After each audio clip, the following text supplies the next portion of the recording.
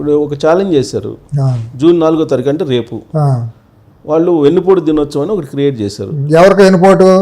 వివేకానంద రెడ్డి గారికి వెన్నుపోటు, వైఎస్ సునీత గారికి వెన్నుపోటు, విజయలక్ష్మి గారికి వెన్నుపోటు, షర్మిల గారికి వెన్నుపోటు. 3000 కిలోమీటర్ల పాపం ఆడపిల్ల అన్న కోసం నిద్రాహారాలు మాని కాలికి బల్పం కట్టుకుని తిరిగింది. చరిత్రలో ఏ ఆడపిల్ల తిరిగారు కదా, 3500 కిలోమీటర్లు తిరిగింది చరిత్రలో ఆడపిల్ల. వేరే పక్కన పెట్టండి, అవినీతి డబ్బుల కోసం పక్కన పెట్టండి. ఒక కన్న చెల్లికి నువ్వు వెన్నుపోటు పొడిచావు, తోడబుట్టిన చెల్లికి. కన్న తల్లికి నువ్వు వెన్నుపోటు పొడిచి ఇంట్లో నుంచి మెడబెట్టి కట్టుబాటల్లో బయటకు తోసేసావు. కన్న తల్లి నీకు 9 నవమాసాలు మోసి శరీరంలో నీకు రక్తమాంసాలు పంచి ఇచ్చిన కన్న తల్లిని నికృష్టి, ఎంతకన్నా నికృష్టి ఎవడు ఉంటాడు చరిత్రలో? కన్న తల్లిని నేను మెడబెట్టి డబ్బు కోసం నెట్టేసిన నికృష్టి ఎవరైనా ఉన్నాడు చరిత్రలో? అధికారం కోసం తండ్రులను చంపిన వాళ్ళు ఉన్నారు, బాబాయిని చంపిన వాళ్ళు ఉన్నారు, ఎన్ని మనం చూసాం. కానీ కన్న తల్లిని ఇట్లా చేసిన వాళ్ళు ఇప్పుడు ఇంతవరకు ఎక్కడా లేరు. తొలి వ్యక్తి సొంత బాబాయ్, తండ్రి తర్వాత తండ్రి లాంటాడు, ఏమైందో చూసాం. సొంత చెల్లి లాంటి చెల్లి వైఎస్ సునీత, అన్నయ్య నాకు నా తండ్రికి న్యాయం చేయమని అంటే ఆమె మెడబెట్టి రోడ్డు వేసి ఆమె క్యారెక్టర్ అసాసినేషన్ చేయించావు. అసాంఘికమైన దొంగ కేసులు పెట్టించావు నువ్వు లేకపోతే కేసులు పెడతారా? ఆయన సునీత గారు సునీత భర్త మీద కేసు పెట్టించాడు కదా. సొంత చెల్లెల్ని అసాంఘికంగా మాట్లాడించావు కదా నువ్వు. క్యారెక్టర్ పచ్చసారి కట్టుకునే ఎంత నికృష్టం అండి. అన్నం తినేవాడు ఎవరన్నా అట్లా మాట్లాడతాడండి అసలు? వెన్నుపోటు పొడిచింది వాళ్ళు, సొంత తల్లికి చెల్లికి. చంద్రబాబు గారు ఏదో హామీలు ఇచ్చి ఎన్నుపోటు పొడిచాడని అదే కార్యక్రమం పెట్టారు. అదే వచ్చి కౌంటర్ చేయాల్సిన తెలుగుదేశం వాళ్ళు చేయాలి. లేకపోతే తెలుగు నిన్న ఎంఆర్పిఎస్ వాళ్ళు ఎట్టయితే సోదరులు చేశారో తెనాల్లో ఈ రకంగా రేపు 4వ తారీఖు రేపే కదా, రేపే వీళ్ళందరూ కూడా దళితులు, బడుగు బలహీన వర్గాలందరూ కూడా 2019 నుంచి 2024 వరకు రాష్ట్రాన్ని సర్వనాశనం చేసి అప్పుల కుప్పగా మార్చి గంజాయి వనంగా మార్చేసి సారాన్ని, దొంగ సారాన్ని, కల్తీ సారాన్ని పోసి జనాలు ప్రాణాలు తీసేశాడు. ఇవాళ జీవోత్సవాలుగా కిడ్నీలు పోయి న్యూరలాజికల్ ప్రాబ్లం, నరాల బలహీనత వచ్చి పనులకి వెళ్ళలేక కూలీకి వెళ్ళలేక పనికిమాలినట్టు అయిపోయి ఇళ్లలో పడి ఉన్న వాళ్ళు కొన్ని లక్షల మంది ఉంటారు. వీళ్ళ కుటుంబాలందరూ రేపు కౌంటర్గా రోడ్ల మీదకి రావాలి, వాళ్ళు వచ్చి ధర్నాలు చేయాలి. ఈ ఇక్కడ మాకు మామూలు వెన్నుపోటు పొడిచావు, నిన్ను నమ్మి ఓటేసినందుకు మా జీవితాలు నాశనం చేసావని ఊరూరు వాడవాడ దళితులు, బడుగు బలహీన వర్గాలు, మహిళలు అందరూ వచ్చి యువత కూడా రావాలి. నీ మూలాన్ని మా జీవితాలు పోయినాయి, 5 ఏళ్ల పాటు మా జీవితాలు నాశనం చేసావని వాళ్ళ ఆత్మగౌరవాన్ని గుర్తెరిగి తెలుగు జాతులు ఆంధ్రులు అందరూ కూడా రేపు వచ్చి కౌంటర్ కనుక చేసి వైసీపీ వాళ్ళని తరిం కొట్టాలి రోడ్డు మీద. సో ఇంకోటి ఫైనల్గా తెనాలి ఆయన వెళ్ళిన సందర్భంగా కొంతమంది వెహికల్స్ మీద ఎక్కి నాట్యం ఆడుతున్నారు ఆ ఎండలో. గంజాయి ఎఫెక్ట్ అంతే సింపుల్.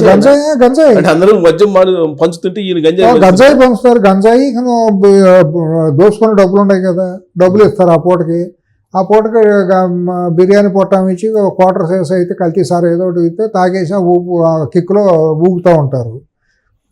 ఎన్ని రోజులు ఊగుతారు వీళ్ళందరూ? ఇప్పుడు ఈ మరీ ఇళ్ళకి కానీ పండగ కాదు కదండి, ఇంక 1 year కూడా అవలా, ఇంక 6 రోజులకు కానీ 1 year అవ్వదు. ఇప్పటికే వీళ్ళు చుక్కలు చేసి అయ్యా బాబు అని బతిమాలుకుని తప్పు అయిపోయిందని రాయబారాలు చేసుకునే ప్రయత్నాల్లో ఉన్నారు. ఇంకా 4 సంవత్సరాలు సుదీర్ఘమైన 4 ఏళ్ళు ఉంది చరిత్ర. ఇప్పుడే సినిమా చూపిస్తాను ఏంటి వీళ్ళు చూపించే బోర్డు సినిమా?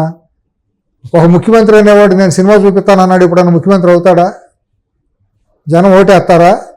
అంటే నువ్వు గతంలో చూపించిన సినిమా కానీ మించి సినిమా చూపిస్తానని నువ్వు అన్నది బయటకు వచ్చింది. ఏంటి నువ్వు చూపించే సినిమా? బొంగు సినిమా. ఏం చేస్తావు సార్? తలకొట్టి మొలేస్తావా? కొన్ని లక్షల మందిని చంపేస్తావా? ప్రజాస్వామ్యం లేదా భారతదేశంలో? చట్టాలు లేవా? నీ కిరాయి సైన్యం ఎప్పుడు నీ ఎల్లవేళ్ళ నీ నడిచిపోతుందా? మహామహులు అయిపోయారు చరిత్రలో. ఎంతోమంది కొమ్ములు తిరిగిన వాళ్ళందరూ వాళ్ళ దేహి అని రోడ్డు మీద పడిన వాళ్ళు ఉన్నారు, అడుపు తినేవాళ్ళు ఉన్నారు. సో జగన్ ఇప్పుడు అక్కడ వ్యతిరేకతని చూశాడు కదా, మన తెలంగాణలో ఇక్కడన్నా ఇలాంటి కార్యక్రమాలు పోకుండా ఉంటాడు అని ఉండదండి. కుక్కగా చెప్పులు తినడానికి అలవాడిన కుక్కల్లాగానే వీళ్ళ బతుకులు అంతేనండి. వీళ్ళు వచ్చిన నరనారానే వీళ్ళ కుటుంబమే వచ్చింది నేర ప్రవృత్తితోనూ హింసా ప్రవృత్తితో వచ్చినటువంటి వాళ్ళు. వాళ్ళు నరనరాన ప్రవహించేదే హింస, అసాంఘికమైన సంస్కృతి. అదే విధంగా ఉంటుంది కానీ వాళ్ళలో మార్పు రాదు. మార్పు రావాల్సింది ప్రజల్లో రావాలి, పీడిత తాడిత వర్గాల్లో రావాలి. ఆత్మగౌరవం పెరగాలి వాళ్ళకి. మనం చేసే తప్పు మనం ఎటువంటి నాయకుడు ఎమ్మటి వెళ్తున్నాము, దీని మూలాన సమాజానికి నష్టం వస్తే మనకు కూడా నష్టం జరుగుతుంది. ఇంగిత జ్ఞానం ప్రజల్లో రావాలి. మెజారిటీ ప్రజల్లో అది వస్తే ఇది ఆగిపోతుంది. లేకపోతే ఇట్లాగే ఉన్నంతకాలం నడుస్తూ ఉంటుంది. సో ఇప్పుడు ఇవాళ తెనాలి పర్యటన చూసిన తర్వాత రాబోయే రోజుల్లో ఈ రౌడీ షీటర్ని మీరు అన్నట్టు లెంపన్ గ్యాంగ్ అని అన్నారు కదా, వీళ్ళని ఎంకరేజ్ చేసేదానికి సంకేతం ఇచ్చేశారు. లా అండ్ ఆర్డర్ కంట్రోల్లో ఉంటుందంటారా? మంచిదండి. ఇప్పుడు లంపెన్ గ్యాంగులు మొన్నటిదాకా తోక ముడిసి అక్కడక్కడక్కడ దాక్కున్నాయన్నీ కూడా వీడి మాటలు వినేసి కనుక రేపు వచ్చి బయటకు వచ్చారనుకోండి, ఎవడన్నా మాట వినేసి రెచ్చికొట్టి మాటలు విని బయటకు వచ్చారనుకోండి, పోలీసులు కూడా చక్కగా కళ్ళులోని చెలుగులు బయటకు వచ్చినట్టు ఐడెంటిఫై అవుతుంది ఎవడెవడు ఎక్కడ ఉన్నాడు ఏంటి అనేది. అది మంచిదే. వీళ్ళ పిలిపి ఇవ్వాలి కూడా. పిలిపించినప్పుడు అసలు రూపాయలన్నీ బయటకు వస్తుంటాయి. కలుగులో ఉండే ఎలుసులన్నీ ఒక్కొక్కటి వచ్చి తోకలు ఊపటమో డాన్స్ వేయటం మొదలెట్టినాయి అనుకోండి, చట్టం తన పని తాను చేసుకుంటే వెళ్తుందిగా, ఎక్కువ రోజులు ఉండదుగా. ఓకే. సో ఇప్పుడు ఆ రోజు బహిరంగ కొట్టడం కూడా వీళ్ళందరినీ కంట్రోల్ చేయడం బాగా 100% తప్పేం లేదండి. పోలీసులు కొడతారండి, కొట్టకపోతే ఎట్టాగండి. ఒక దండం దశగుణం భవేత్ అని మనకు సామెత ఒకటి ఉంటుంది సంస్కృతంలో. ఒక దెబ్బ 10 గుణాలు నేర్పుతుంది, మంచి గుణాలని. సమాజంలో నేర్పచ్చు, మనిషిలో కూడా నేర్పచ్చు. మనిషిలో శ్రద్ధ పెరుగుతుంది, అయ్యో నన్ను కొడతారని భయం ఏర్పడుతుంది. రేపటి నుంచి నాకు తప్పు చేశాను కదా, నలుగురిలో నాకు అవమానం జరిగింది కదా, సత్ప్రవర్తన వస్తుంది. అసలు ఆడే అయిపోయాడు కదా, మనకు కూడా ఇదే జరుగుతుంది. తతిమ వాళ్ళందరూ సత్ప్రవర్తనలో ఉంటారు, సమాజానికి మంచి జరుగుతుంది. అది పోలీసులు మనం సపోర్ట్ చేయాలండి. నడి బజార్లో కొట్టడం కాదు, బట్టలు తీసి ప్రజలతో కొట్టించుకుంటా తిప్పాలి. మానవ హక్కులు లేదు, బొంగ హక్కులు లేదు. మానవ హక్కులు క్రిమినల్స్ని పెంచడానికి పనికి రాకూడదు. వాళ్ళని తీసుకెళ్ళి పెద్దల్లుళ్ళ ఇంటికి తీసుకెళ్ళి మర్యాదలు చేయకూడదు క్రిమినల్స్ని తీసుకెళ్ళి. ఇప్పటికే పోలీసింగ్లో కొన్ని తప్పులు జరిగినాయి. అసలు వాళ్ళు కూడా అదుపు తప్పి ప్రవర్తిస్తున్నారు కాబట్టి వాళ్ళని ఆ విధంగా చేసామని చెప్తున్నారు. ఇప్పుడు తెలంగాణలో కూడా గత డీజీపీ మహేందర్ రెడ్డి గారు ఉన్నప్పుడు ఆయన పోలీసింగ్ వ్యవస్థను మారుస్తానని చెప్పి తెలంగాణలో పోలీసుల్ని అచేతనంగా చేసేసాడు ఆయన.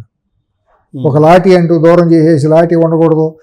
పెట్టండి ఏంటంటే ఏసీ సెలల్లో ఏసీలు ఒకటే పెట్టలా, ఫ్రెండ్లీ పోలీసింగ్ అని పెట్టి. ఎట్టా ఫ్రెండ్లీ పోలీసింగ్ అండి? పోలీసింగ్ ఫ్రెండ్లీ ఎట్టా జరుగుతుంది? ఒక క్రిమినల్ని, యాంటీ సోషల్ ఎలిమెంట్, వాడు హ్యాబిచువల్ అఫెండర్ని ట్రీట్ చేసే పద్ధతిలో ట్రీట్ చేయాలి. అంతేగాని తీసుకొచ్చి మేము సెలవులు పెట్టాం, పోలీస్ స్టేషన్లో సెల్ లాకప్లో ఉండకపోతే ఏముంటాయి, బెడ్రూమ్లు ఉంటాయా? అది తప్పండి. పోలీసింగ్ అంటేనే ఒక భయం ఉండాలి. 140 కోట్ల జనాభా, మన ఒక కాంప్లెక్సిటీ ఉన్న కల్చర్, మన వైవిధ్యమైన సంస్కృతి సంప్రదాయాలు, రకరకాల భిన్న తెగలు ఉన్నాయి, భిన్న మతాలు ఉన్నాయి, రకరకాల అభిప్రాయాలు ఉంటాయి.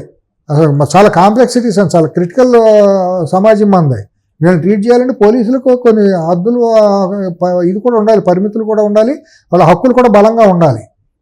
వాళ్ళకి అన్నీ ఇచ్చి గుర్రం ఎక్కించి చేతిలో కళ్ళు లేనప్పుడు ఏం చేస్తుంది? కానీ పోలీసులకు వ్యతిరేకంగా కదా ఇవాళ తెనాలి వెళ్ళింది. 100% పోలీసుకు వ్యతిరేకం. మరి పోలీస్ సంఘాలు లేదా ఇవన్నీ ఉన్నాయి కదా, వాళ్ళు కూడా వ్యతిరేకించాలి. అసలు ఎక్కడండి పోలీస్ సంఘం ఎక్కడుందో మనం చూసాం. 2019, 2024 మధ్య పోలీస్ సంఘాలు ఎట్టా దిగజారి ప్రవర్తించిందో చూసాం. పోలీస్ అధికారుల సంఘం ఎట్టా నికృష్టంగా ప్రవర్తించిందో చూసాం. ఏబి వెంకటేశ్వరరావు కేసులో కానివ్వండి, లేకపోతే ఇంకొక కేసులో కానివ్వండి. వీళ్ళందరూ కూడా ఐఏఎస్, ఐపీఎస్ అనే 3 అక్షరాలకి కళంకంగా ప్రవర్తిస్తున్నారు చాలామంది. ఈ పోలీసు అసోసియేషన్ వాళ్ళు కూడా పైరవీకారులుగాను, ఎవడ అధికారంలో ఉంటే వాడి బూట్లు నాకుతానికి ఇది చేసేవాళ్ళు. కానీ వాళ్ళ పోలీసుల యొక్క కుటుంబ సంక్షేమాలు, వాళ్ళు నిజంగా రావాల్సిన ఏదైనా హక్కులు, వాళ్ళకి నష్టం జరిగితే మనం సంప్రదాయ పద్ధతిగా చేసుకుందామనే వాళ్ళు ఎవరు లేరండి. వాళ్ళకి నాయకత్వంగా వచ్చేవాళ్ళు ఏ ఉద్యోగ సంఘాలైనా ఎవడైనా సరే పైరవీకారులే వస్తారు, కానీ ఉద్యోగాల్లో శ్రేయస్కోరు వచ్చేవాళ్ళు ఎవడో లేడండి. మీరు చూశారుగా ఏపీ ఎన్జిఓల్లో ఎటువంటి నికృష్టులు తయారయ్యారు, సెక్రటరియట్లు ఎటువంటి నికృష్టుడు తయారయ్యి 5 ఏళ్ల పాటు ఎంత దుర్మార్గంగా చేశాడో. ఏపీ ఎన్జిఓ ఇప్పుడు ఏం మాట్లాడుతున్నారో చూశారు కదా. గత 5 ఏళ్ళు ఎవడో నోరెత్తాడా? వీళ్ళందరూ ఇదేనండి. వీళ్ళందరూ రాబందులు అంటే వల్చర్స్ అన్నమాట. శవాల మీద ఎక్కడైతే ఉంటాయో అక్కడ ఏరుకున్నట్టు అది సంఘాల వాళ్ళు కూడా ఆ ఉద్యోగస్తుల మీద పడి ఏరుకుని బతికటమే తప్పించి, వాళ్ళ పేరుతో వీళ్ళు పైరువీలు చేసుకుని వీళ్ళు పొట్టబోసుకుంటమే తప్పించి, నిజంగా వీళ్ళు చిత్తశుద్ధితో ఉద్యోగస్తుల యొక్క బాగోగులు, వాళ్ళ వెల్ఫేర్ ప్రభుత్వం దృష్టి తీసుకొచ్చి సాధించింది ఇంతవరకు చరిత్రలో ఇక్కడ లేదు, చాలా తక్కువ. అట్లాగే పోలీస్ సంఘాలు కూడా గత 5 ఏళ్ళు సిగ్గుచేటుగా ప్రవర్తించారు. వాళ్ళ విలువలు కూడా పోగొట్టుకున్నారు. జనాల్లో వాళ్ళని హేళన చేసే ప్రజల దృష్టిలో వాళ్ళు పొరుగు పోగొట్టుకున్నారు. ఏబి వెంకటేశ్వరరావు అనే వ్యక్తికి జరిగిన నష్టం జరిగినప్పుడు స్పందించని ఐపీఎస్ల సంఘం కూడా ఆంధ్రప్రదేశ్ చరిత్రలోనే ఒక మాయన మచ్చలాగా మిగిలిపోయింది ఐపీఎస్లకి. ఆ అసోసియేషన్కి వాళ్ళు దిక్కుమొక్కు లేనట్టు అసహించుకుని ప్రజల చేత అసహించుకోబడినట్టు తీసుకురావడానికి కూడా జగన్ గారు అంతే కదా, ఇంకెవరు వేరే వాళ్ళు కాదు కదా. సో ఇవాళ తెనాలి వెళ్ళారు ఆయన, అక్కడ లోకల్గా ఉండే లీడర్కి ఎఫెక్ట్ కదా ఇది. మైలేజ్ వచ్చే అటువంటి క్యారెక్టర్ అక్కడ లోకల్ లీడర్లు కూడా వాళ్ళే ఆహ్వానించి తీసుకెళ్లారు ఈయన్ని. అంతేగా మరి ఇంకెవరో ఏ తాను ముక్కలు ఆ తానే, ఏ గూటి పక్షులు ఆ గూటికే కదా. మా గతంలో నీకు ఎమ్మెల్యే అయ్యాడంటే నీలాంటి భావజాలం కలిగినాడు అక్కడ ఎమ్మెల్యే అవుతాడు. అందుకు చంద్రబాబు తిట్టలేదు ఆయన, అక్కడ ఉన్న ఎమ్మెల్యే నోటికి వచ్చినట్టు అసభ్యంగా వయసుకి తారతమ్యత లేకుండా బెర్రవీకి మాట్లాడలేదా? ఇవన్నీ అయిపోయినాయండి వన్ టైం పాస్వర్డ్లు, వీళ్ళకి బతుకు అయిపోయింది. మీరు ఇచ్చే ఒక పిలుపు అంటే మీరు వ్యక్తిగతంగా ఇలాంటి జగన్మోహన్ రెడ్డి గారిని ఎక్కడికి వెళ్ళినా కానీ ఇప్పుడు ఇవాళ వ్యతిరేకించినట్టు వ్యతిరేకిస్తారండి, వ్యతిరేకిస్తారు. ప్రజలే తిరుగుబాటు చేయాలి, నువ్వు రావద్దు, ఇక మాకు చాలు, నువ్వు వద్దు, నువ్వు చేసిన దుర్మార్గాలు దురాఘాతాలు మాకు చాలు అని చెప్పి అతను వ్యతిరేకించాలి. ఒకవేళ ప్రభుత్వంలో ఏమైనా తప్పులు జరుగుతూ ఉంటే చైతన్యంతో, సామాజిక చైతన్యంతో పౌర సమాజంగా వచ్చి చూపించవచ్చు. విధానపరంగా తప్పులు జరగవచ్చు, పని చేసేటప్పుడు చేసినప్పుడు ఒకటి రెండు తప్పులు జరగవచ్చు. ఒకవేళ శృతి మించి చట్ట వ్యతిరేకంగా జరిగితే తప్పకుండా ఎవరైనా మాట్లాడతాం, మనం కూడా మాట్లాడతాం. కానీ నేను ఇన్ని మాట్లాడతాను. ఇప్పుడు మానవ హక్కులు, పౌర హక్కులు, రాజ్యాంగం అని ఇన్ని మాట్లాడతాం. కానీ తెనాలి విషయంలో మాత్రం నేను 100% మనస్ఫూర్తిగా నేను పోలీసులకు సపోర్ట్ చేస్తాను. అటువంటి ఊరూరో జరిగి తీరాల్సింది. ఎందుకంటే అంత తీవ్రంగా పెరిగిపోయింది సుబ్బారావు గారు. 5 ఏళ్లలో లంపెన్ శక్తులు విపరీతంగా పెరిగిపోయి మహిళలు బయటికి రావడానికి భయపడే పరిస్థితి తీసుకొచ్చారు. ఇవాళ నేను చెబుతున్నాను, నేను గత కొన్ని రోజులుగా నేను చాలా గ్రాస్ రూట్లోకి వెళ్ళి చూశాను.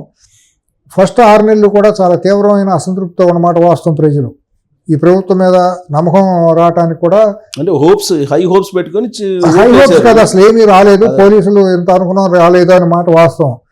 గత 3-4 నెలల నుంచి చాలా తీవ్రమైన మార్పు వచ్చింది, పాజిటివ్ సైడ్ నేను గమనించాను. దాని ఇది అప్రిషియేషన్ చేయటం అంటే మళ్ళీ చెడగొట్టమని కాదు, ప్రజలకు దృష్టికి తీసుకురావడం, వాళ్ళ అంబిషన్స్ ఏదైతే ఉన్నాయో అది రీచ్ అవుతుంది ప్రభుత్వం అనేది చెప్పటం. మనం తప్పు మాట్లాడతాం, చెడు చెప్తాం ప్రభుత్వం. ఇవాళ గత 3-4 నెలల నుంచి నేను నిన్న విజయనగరంలో ఒక ప్రొఫెసర్తో మాట్లాడితే, ఏమోనండి వాళ్ళ గుండెల నిండా గాలి పీల్చుకుని మేము రోడ్డు మీదకి వచ్చి ప్రశాంతంగా ఉన్నామండి, చాలండి, ఈ మాత్రం 5 ఏళ్ల పాటు మేము అసలు నరకం అనిపించామండి అని చెప్పి ఒక ఇంజనీరింగ్ కాలేజీ ప్రొఫెసర్ నాతో మాట్లాడింది. ఇది మీదేనా ఇంకొకళ్ళదా అంటే ప్రజలందరిలోనూ ఇదే ఉందండి అని అన్నారు. తూర్పుగోదావరి జిల్లాలో నేను గ్రామీణ ప్రాంతంలో అడిగితే ఇదే వచ్చింది రిపోర్టు. నెల్లూరులో నేను అడిగాను నాకున్న సోర్సులతో ఏంటి పరిస్థితి ఎట్టా ఉందని. రాయలసీమలో కర్నూలు లాంటి సెన్సిటివ్ ఏరియాలో కూడా అడిగాను నేను. అడిగితే ఏం భలే ఉంది, గతంలో కానీ ఇప్పుడు హాయిగా ఉంది, లేకపోతే ఉంటే తింటాం లేకపోతే లేదు, కానీ ప్రశాంతంగా ఉన్నాం, రోడ్డు మీదకి వెళ్తే ధైర్యంగా బతకగలం అనేది ఉంది. ఆ రోజు ఏ రోజు బయటకు వెళ్తే ఎవడు కొడతాడో ఏం చేస్తాడో తెలియని భయంతో బతికామనేది ఇవాళ స్వేచ్ఛ వాయువులు పీలుస్తున్నారు. ఇది చాలా గుడ్ సైన్. ఇది కనుక 4 ఏళ్ళు కనుక ఇదే పద్ధతిలో కనుక ఈ లా అండ్ ఆర్డర్ని కంట్రోల్ చేసి ఊరూరా కనుక తడేస్తే ఇటువంటి వాళ్ళని ప్రజలు చంద్రబాబు గారిని, పవన్ కళ్యాణ్ కానీ, బీజేపీని భుజాన్ని పెట్టుకుని మోస్తారు. ఈ రౌడీ ఎలిమెంట్ని అణిచేస్తే చాలు. ప్రజలు ఏం కోరరండి, 2 పూట్ల వాళ్ళు కష్టపడి వాళ్ళు తింటారు, వాళ్ళకి భద్రత కల్పిస్తే చాలు, మానసిక భద్రత. మాకేం పర్వాలేదు, బయటికి వెళ్తే మేము ధైర్యంగా ఉంటాం. సో ఈ టూర్ తోటి జగన్ గ్రాఫ్ 100% పడింది. తనకు పోయి తను తవ్వుకున్నాడు అంతే. ఇట్లా తవ్వుకోవాలి, ఇంకా 10 జరగాలి. నేను కోరుకుంటాను, నువ్వు ఇట్టాగా వెళ్ళినైనా చక్కగా వెళ్ళు, రోజువారీ వెళ్ళు, ఇదే సెల్ఫ్ గోల్ కొట్టుకో, నీ పక్కన ఇటువంటి బ్యాచ్ని వేసుకెళ్ళి రోజు కూడా ఈ ధర్నాలు చెయ్యి. ప్రజలు కూడా ఎక్స్పోజ్ అవుతుందండి, ఎప్పుడు కూడా తేలిపోవాలి. కొల్లాగా దేనికది నీరుకు నీరు పాలుకు పాలు అన్నట్టు ఇట్లా రావాలి, మనం కూడా స్వాగతించాలి. సో ఇది ఒక రకంగా మంచికి ఏపీకి అంటారు. నేను మనస్ఫూర్తిగా స్వాగతిస్తాను. అతను నువ్వు ఇట్టాగే తిరుగు, ప్రతి చోటకి ఇదే సెల్ఫ్ గోల్ కొట్టుకో, ఇట్టాగే ఎక్స్పోజ్ చేయి. నువ్వు వెళ్ళటం మూలానే నువ్వు ఎర్లాంటాడివి, చక్కగా చేపలో కలుపులు ఎలుసులో బయటకు వస్తాయి. పోలీసులకు కూడా చక్కగా కాగల కార్యంగా అందరూ వాళ్ళకు కూడా తెలిసిపోతుంది ఎవడేంటి అనేది ఒక మ్యాపింగ్. ఇప్పుడు లేక కాదు, ఇప్పుడు ఇంకా క్లియర్ కట్గా వస్తుంది అనమాట. వస్తే వాళ్ళు కూడా పక్క నుంచి తడేసుకుంటూ వచ్చారు అనుకోండి, ఎక్కడికక్కడ తిప్పేశారు అనుకోండి, కీళ్ళు తిప్పారేసారు అనుకోండి, ఇక చాలు, ఊరికొకటి ఒకరిని తిప్పితే చాలండి, మొత్తం సెటిల్ అయిపోతుంది. ఎవడో పుడుంగులం కాదు. పోలీసులకు అంతకనే మనం అంత గౌరవం ఇచ్చేది, అంత విలువ ఇచ్చేది మన కోసం అండి. వాళ్ళు ప్రాణాలు అర్పించి 24 గంటలు చేసేది వాళ్ళు 1% జనాభాలో. వాళ్ళకి అధికారం అది ఇచ్చారు. ఒకవేళ వాళ్ళు శృతి మించి కనుక వాళ్ళు కరప్షన్ కోసం కిరాతకంగా మనుషుల పట్ల ప్రవర్తిస్తే మనమే తప్పు అంటాం, మొహమాటమైంది మనకి.